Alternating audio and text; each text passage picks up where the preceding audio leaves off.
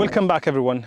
In the episode of this morning, we saw how the induction machine is built. We tackled the physical part of it, so how we go from supplying the induction machine with electricity to having the induction machine being able to rotate, which means how does the induction machine convert electricity to mechanical power. An electric motor is an electromechanical converter. When you hear someone saying an electric motor, that is just one functioning mode of that machine. An induction machine, I rarely call it an induction motor, an induction machine is capable of functioning in 4 quadrants, and it is in fact an electromechanical converter. It converts electricity to mechanics and vice versa. If you give it mechanical power, it will produce for you electricity. Many wind turbines today use induction machine and they produce electricity. However, if you want to stand any chance understanding that induction machine and more importantly, being able to communicate with it in terms of, giving it command, taking feedbacks from the machine, and ideally using that induction machine into an industrial application.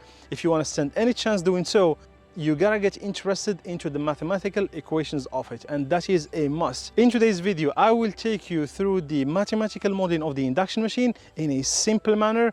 I promise no fluff equation, no complicated equation just to flex the muscles. We will use just the necessary equations so we can understand how we can communicate with that machine and how we can ideally use it in an industrial application. So if you are ready, I have my pen.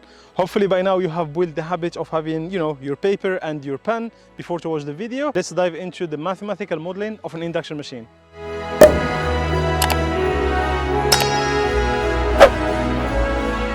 So the 3 phases I draw here are the 3 phases of the starter. Once the machine starts rotating, you can also say that the mathematical model of the rotor is also made of 3 phases. Even though physically there is no 3 phases in the rotor. The rotor is made of square cage, as we say. It's like copper bars connected together like with 2 rings on the 2 ends. So there is like no phases there, but mathematically speaking, or the electrical representation of it will have also 3 phases. Therefore, I will need to add the letter S to say that this is for the starter. So here are the 3 phases. The starter has A, B, C.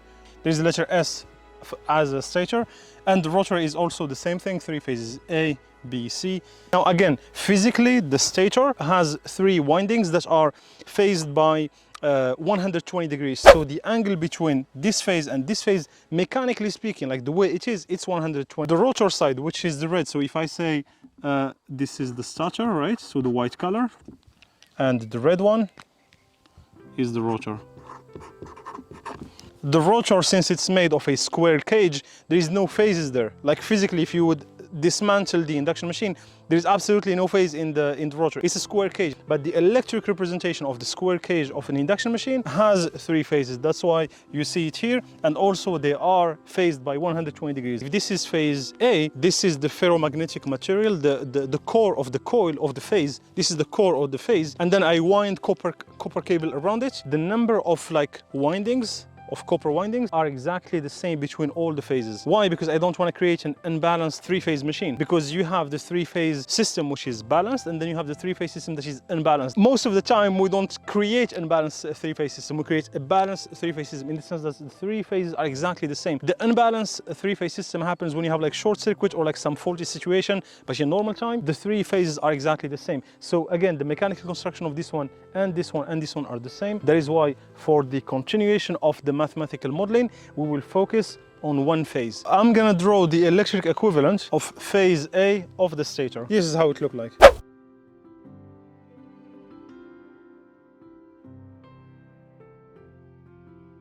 All right, this is the equivalent electric model for the phase A. So do you recognize some parts here or no? So look at this. What you see here is the power supply of the stator, VS, okay? What you see here is the rotor part. Why here there is no voltage?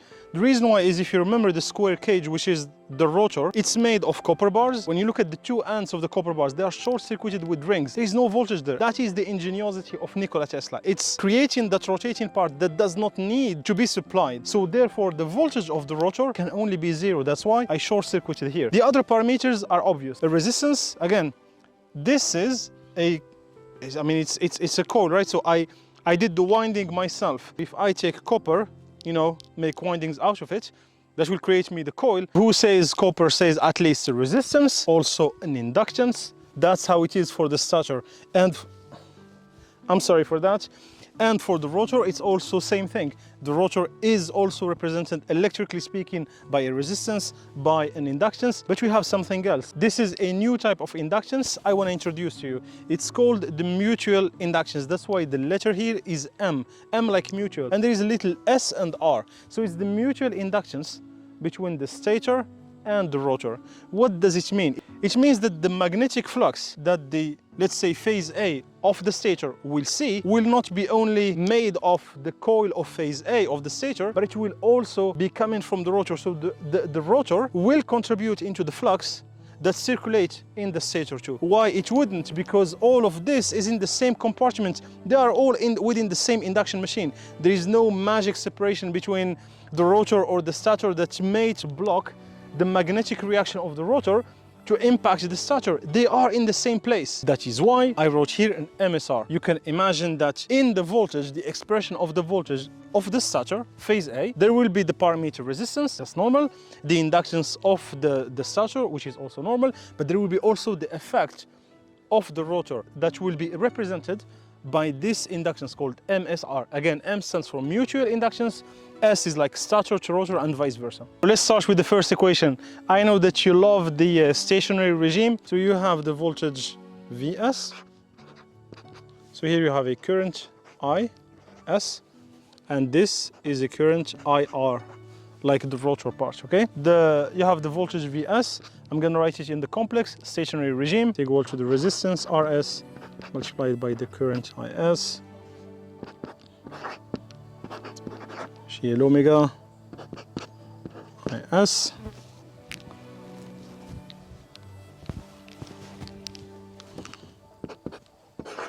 plus G MSR omega IR.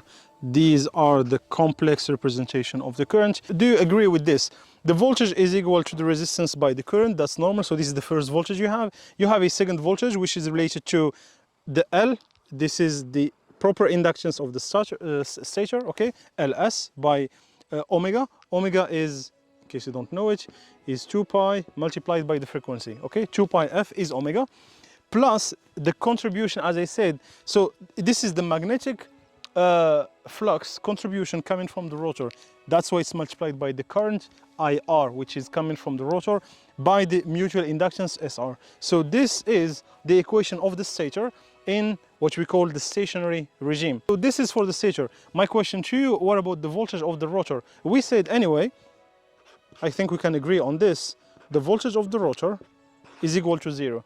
The reason why is because the rotor is made of square cage, copper bars, short-circuited at the two ends by rings. So there is no voltage. So the voltage of the rotor can only be equal to 0. But we can still continue. Here, this is 0, right? So this is VR. If you want, it's equal to 0. Okay. But what is the other voltages that we have here? We have the resistance of the rotor multiplied by the current of the rotor, okay, IR, plus the proper inductance of the rotor, L omega, by the rotary current, plus the contribution, because again, in the same manner that the rotor influenced the stator also will influence the rotor and induce a certain magnetic field. The stator, sorry, will also influence the rotor. So that's why I will add another term, which is J MSR WS. So the current of the stator multiplied by the mutual inductance will induce a certain flux that will circulate in the rotor. So it is true that the voltage of the rotor is equal to 0, but yet we have these parameters here that we can't just ignore. So this is the representation, the voltage of the stator and the rotor in the stationary regime. That's it. Now, before to proceed further, I want to be honest with you about certain things. When you look at the induction machine patented in 1888 by Mr. Nikola Tesla, it's just so beautiful. Like, to me, it's La Mona Lisa of electricity. This is my Mona Lisa in electricity. So It is beautiful because it's mechanically so simple. The ingenuity of Tesla came into the rotor part. The rotoric part is made of square cage, beautiful square cage, no electric connection, nothing. Simply copper bars connected with like rings on the two ends, and then submerged in a like there is no air between these copper bars. There's like a ferromagnetic material to welcome more magnetic field lines. That simple, reliable architecture comes with a price, and that price is the following. The induction machine has a problem. Look at it. I said that the rotor, I have no connection. I cannot supply the rotor. The rotor is made of square cage. My only connection where I can supply electricity is the stator. So I have three phases that are identical. Let's ignore these two phases. So I have one phase, this one that I draw here. So it's one input. And from one input, what should I control? What are the two main things that we would like to control in an electric machine? Question pour un champion. I'll give you 10 seconds, and in the meantime, I'll enjoy the beautiful views around. I am literally the only one here. There's like no one. I'm in the middle of raw fields, literally. I understand why he was so genius, because he grew up in a place where there was no noise. He didn't have Instagram when he was young. He didn't have like a lot of, city noise and all this stuff. He grew up in nature. He could enjoy, meditate, look at the things around him, and enhance his creativity. It's beautiful. I give you even more than 10 seconds. The two things we care about when it comes to an electric machine, keep in mind, it's an electromechanical converter. It converts electricity to mechanics. But there is one thing in the middle. Here it is. We want to go from electricity to mechanic power, right? But what is the intermediate thing in the middle? Is magnetic, right? The first thing you want to control is the magnetic flux of the machine. Without magnetic flux, and I will demonstrate it to you right after, there is no torque. Then why your customer even is bothering buying your machine by, I don't know, I have already specified machines that were valued like $3.5 million. Why do you want your customer to pay you that money? He doesn't care about the magnetic flux, he cares about the torque. The torque is what makes the machine rotate. However, as I'm gonna demonstrate later on, the torque has the flux in it, which means if you have no flux, there is absolutely no torque. So your first parameter to control is this one, the magnetic flux. Okay? The magnetic flux, if you remember the symbol of it from the equation of this morning, is phi. Okay? The second thing you want to control is the following.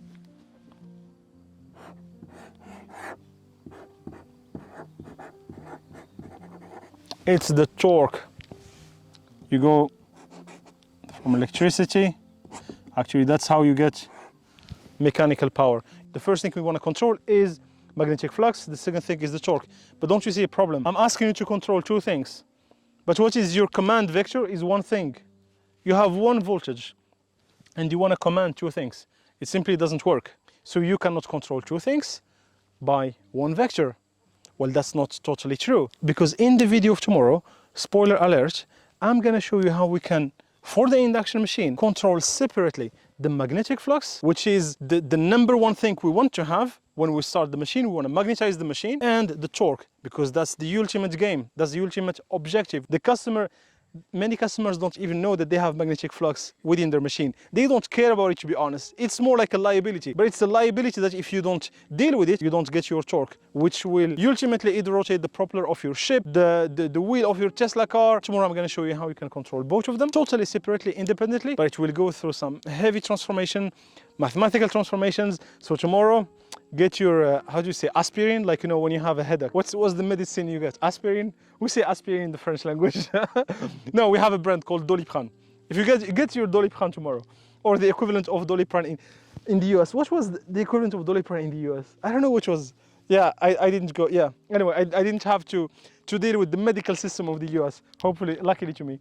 The question I'm asking myself now, can I have some electric representation that will kind of allow me to separate the magnetic part from the torque part? Because here I can't see that separation. I want to try to put an electric representation that will kind of separate clearly the magnetic part from the active part. The active part is what will make the torque. The magnetic part is what will create the magnetic flux, which is necessary for any electric machine to rotate. I'm gonna use an electric circuit, an electric representation of the induction machine. So this was one electric representation.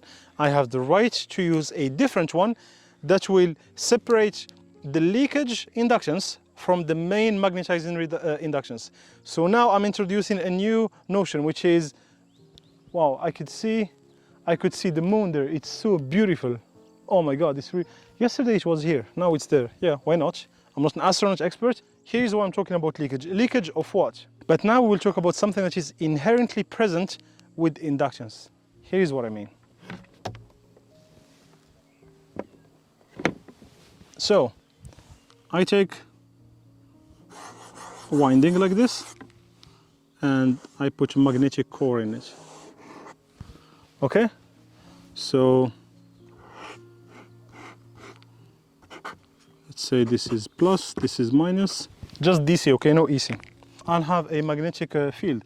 The theorem of Ampere tells us that it's equal to mu 0. So in this case, since I have a core, I'm gonna write mu 2πr. Okay? So I have a relation between a current here and the magnetic field. The magnetic field will go like this.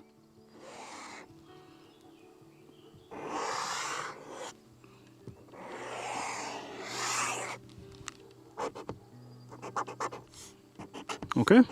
How do I know that the sense of the magnetic field is like this and not the other way? Why the arrows are directed like this? Okay, look at, you see here, the current goes like this. You know, this is my power supply, let's say a battery. The current leaves plus, goes to the minus, right? If I put my hand, my fingers like this, the 4 fingers here, I want to put them to follow this arrow. So follow the current. This is the current. So my 4 fingers will follow the current, and I'm gonna close like this. You see what this finger is doing? It's saying like this. So therefore, the magnetic field created is heading this direction. So this is my magnetic field, okay? So the lines will go, the magnetic field lines will go like this. There will be like a lot of magnetic lines. They will go out from the north. So therefore, I just created a magnet. This is the north of it, and this is the south of it. These lines, they go out from north, they come back to south, but not all of them come back. Some of them do like this, and like this. These are the lines that leak. That's why, electrically speaking, we have, when you look at an inductance, you can say it's made of like a leakage inductance and the magnetizing inductance. The magnetizing inductance is physically represented by these lines that always come back. The ones that do never come back, these are represented by a leakage inductance. So the reason why I'm talking to you about this, the phase A of the stator made from that windings, right, from that inductance, I will represent it, electrically speaking, by a leakage inductance and the magnetizing one for the stator, and I will do the same thing for the rotor. And the leakage part of the stator and the rotor, I'm gonna put them together and bring them to the stator side. Sounds like Chinese what I'm saying, but when I flip the board, it's gonna be easier. Here's what's gonna happen. A current from the stator coming like this, current from the rotor coming like this, the resulting current will go into the magnetizing branch. Let's call it IM. Why this circuit is really interesting? This circuit gives us a first basic representation that confirms to us that even if the machine, the induction machine, has only one vector of command, which is the stator, because again, I cannot command the rotor, I can only command the stator, because that's the only power supply I have. But even though I have only one command, which is the stator, I still can control the magnetic flux and the torque, both of them differently. Look at what's happening here. Here I have a branch that is purely magnetic. There is no resistance here. It's what we call the magnetizing branch. And here I have the rotoric branch that is made of a pure resistance. Who says resistance? Says an active power, because this is basics of electricity. It has nothing to do with the induction machine itself. So the power is the resistance multiplied by the current power to, okay? So the fact that I have only a resistance in this branch doesn't have any magnetic thing. This branch here, which is the rotoric branch, has only an element, a resistance that is an active element. It is not a magnetic element. The magnetic element is here. This is interesting. I still supply only by one command. I still have only one lever, which is the voltage. But yet, somehow, with this representation, I can prove that there is two branches, like one that is magnetic, one that is active. Therefore, I can hope in the future that I can command the magnetic flux and the torque, both of them separately. This electric circuit representation gives us a first approach of decoupling the flux from the torque. However, I'm not saying that I solved the problem, because I still can only supply a voltage, Vs, one voltage, and they have absolutely no idea how these currents will split. I mean, yes, I can have an idea because I know the parameters of the machine, so I can calculate these currents. I can say, okay, the magnetizing current will be like this, the active current will be like that, but I cannot control them like in a dynamic manner. Add to this that all of this story is in stationary regime. It is not in transient regime. It is not in dynamic regime. I have a question for you. When you look at a car, when you drive a car, when are you in stationary regime when you drive your Tesla car? I'm gonna tell you, you are in stationary regime when you drive your car in less than 1% of the time. That's when you are in the middle of the highway, when you are driving at a steady speed, let's say 60 miles per hour. You have your speed regulator activated, no wind, no issue on the road. You have perfect highway and you're driving at a steady speed. You are not in that mode when you are in a city accelerating, decelerating. When you look at a car, you are rarely in a steady regime or a stationary regime. Everything we did here is stationary. I'm not lying to you here. The induction machine has a challenge, which is the magnetic flux and the torque are both coupled. This is not like the DC machine where you have the brushes on the rotoric part. So you have the brushes supplying separately the rotoric part, and the stator part of the DC machine is also supplied separately. So for a DC machine, you have in fact two levers of command, because the rotoric part and the stator part are both supplied separately. The downside of a DC machine is that it's not actually in the stator part, it's more in the rotoric part, because you are supplying it by brushes. Who says brushes? It's like two metallic, like let's say this is rotating like this, and this is the brush, and the supply is made like this by the physical contact between the two. So there is like sparks. So good luck to use that DC machine in let's say an explosive environment, somewhere where you might have like gas or something like this. And most of the industrial sites, we don't want to have such things. The induction machine doesn't have that problem because the rotor is made of a beautiful square cage. I don't supply it, there is no electric connection to it, but the downside is that the magnetic flux and the torque are intimately related, which is a problem because I have only one way to control the machine, one command, which is the voltage S. Now, how do you want me to control two things using one command? So you have two parameters, you have two phenomena that you want to control separately, and yet you are giving me only one lever of command, which is voltage S. That's impossible. But we will see in the next part of this series, at the birth town of Nikola Tesla, explaining electromagnetism, explaining the induction machine, we will see that the impossible is possible. That is why I tell you, be safe and see you tomorrow.